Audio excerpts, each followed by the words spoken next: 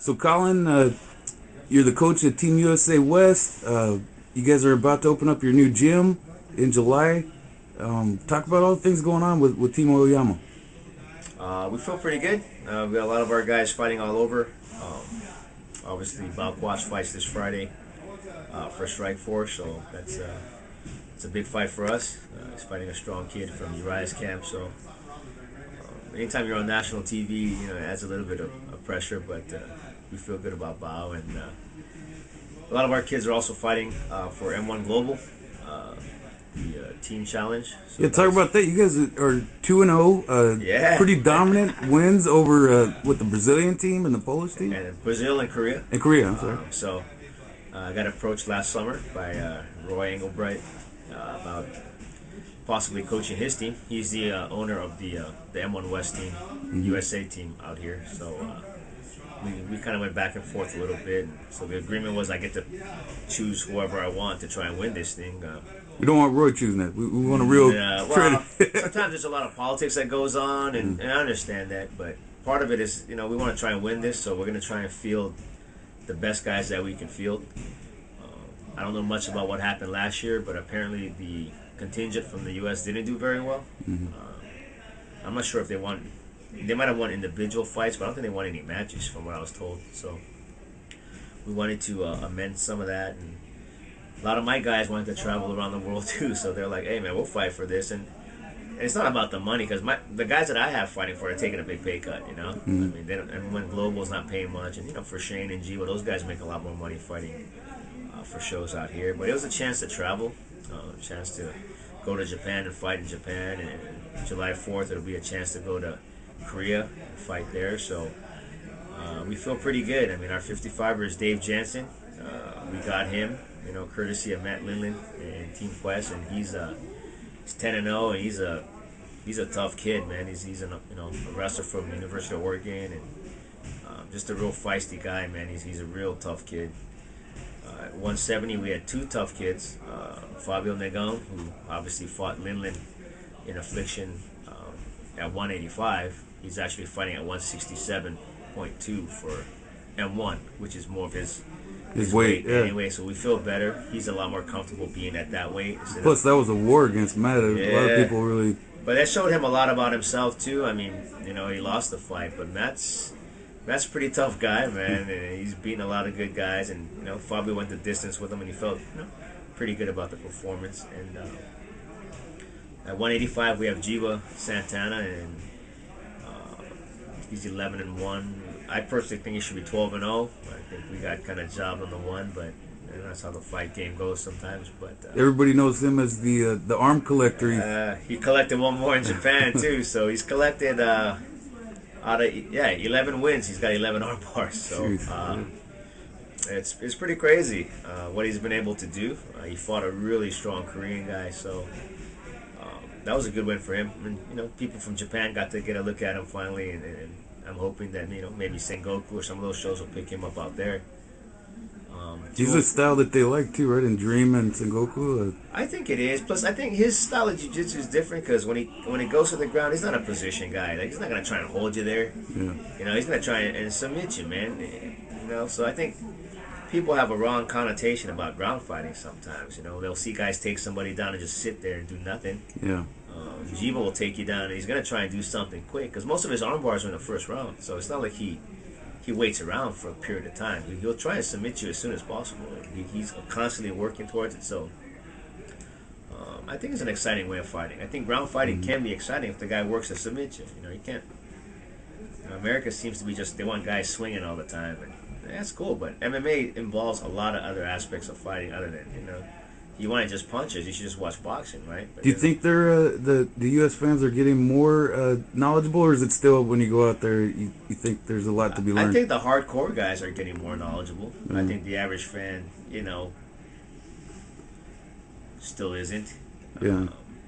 I think, a lot of times I'll go to fights, the fight goes to the ground, and people start dropping F-bombs or booing already. They have no idea that, on the ground, they are working. They're doing something. Yeah. Not always. I mean, I know sometimes people take guys down and just hold them, and I don't agree with that either. That's boring for anybody to watch. Yeah. But there's a lot of good ground fighters that can actually work really well on the ground. You know, I mean, I think G was one of them.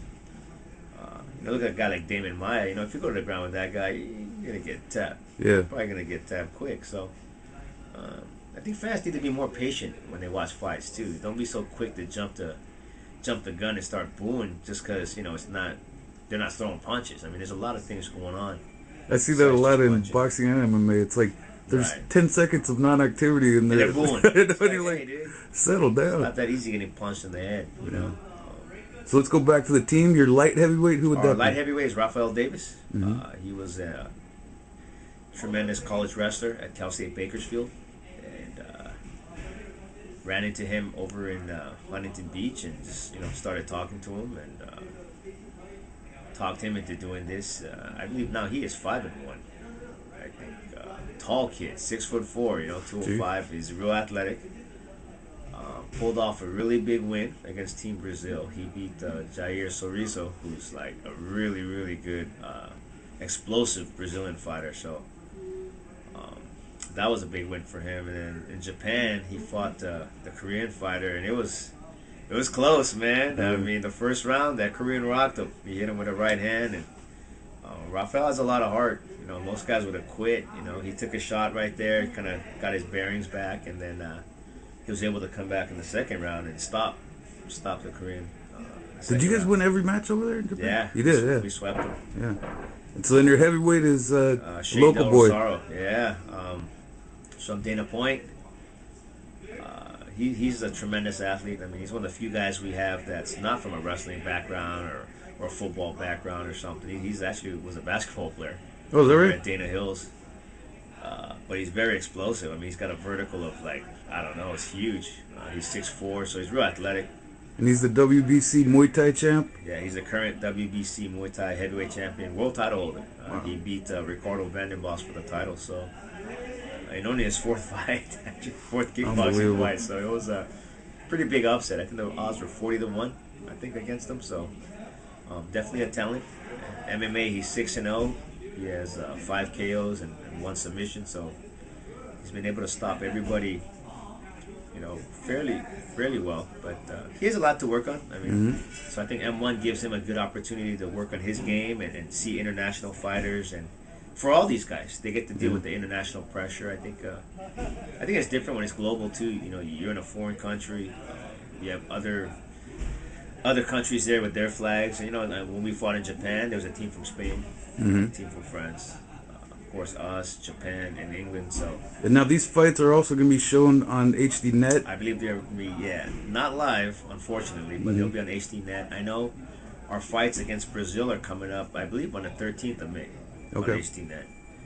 And so the fights against Korea should be soon to follow. I'll get that info so everybody knows we can catch the action there. And we got 2 backups that we had in Tacoma. They filled in pretty well, but Dylan Clay, he's from Arizona. He was fighting in Hawaii.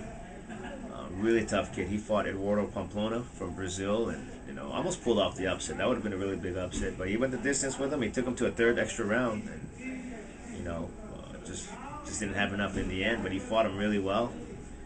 And the backup to Jiva Santana also won in Tacoma, and his name is Reggie Orr from Millennia Jiu-Jitsu. Oh, okay, he's familiar. So, yeah, tough kid, good hands, good striking. So whether or not we bring him back this year, it'll depend on how Jiva does. But next year, if we do take the M1 thing again, he'll probably be the lead 85er, and Jiva will move on to something else. So. Okay.